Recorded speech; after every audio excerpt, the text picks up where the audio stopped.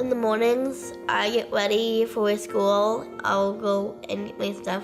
I get dressed, and I wash my teeth, and then I wash my face, and sometimes I do my makeup, a little bit of my makeup, and I also check my blood.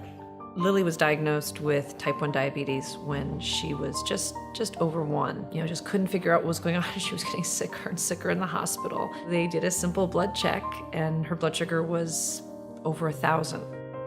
So normal blood sugar for you and me right now is about 100. And here we have a 15-pound baby who's really, really sick. This doctor said to us, 15-pound babies don't come in this sick and leave the hospital. I now was thrust into a whole nother world, a terrain I didn't understand. I didn't know how we were gonna survive this moment, let alone what my future might look like. I don't like diabetes. I don't want to have it. I just never had it in the first place.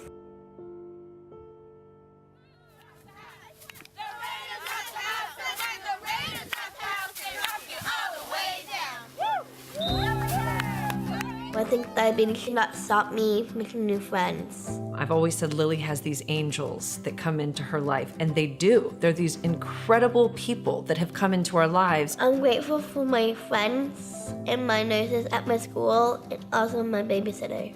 My sister gave me a book at some point along my journey, and it was called A Grace Disguised.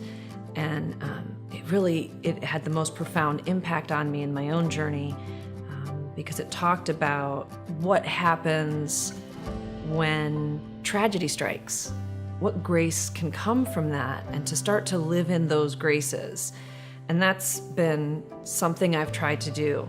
There was a moment a couple years ago where she got really, really sick. She had to go to the ER. Maybe an hour later, a nurse was coming in to check on us and got us all set up, and I found out that there was a 4-day-old baby who had come in, and the baby had passed away. And maybe a half an hour later, when the doctor walked in to check on us, and it was the doctor that had saved her life in the hospital 13 years before, I just went, oh my God, you saved my daughter's life. She's here, look at her, she's here, you saved her, you gave me my baby back. And, it was just this amazing moment. Before he left, I gave him a hug and tell him that thank you for saving my life again.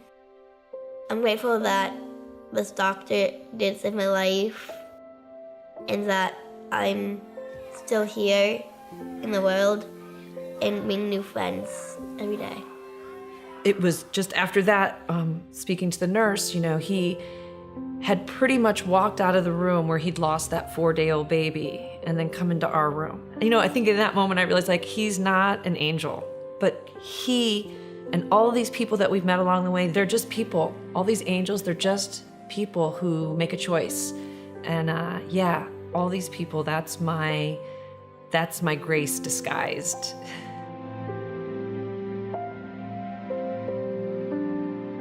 I do deal with it all the time.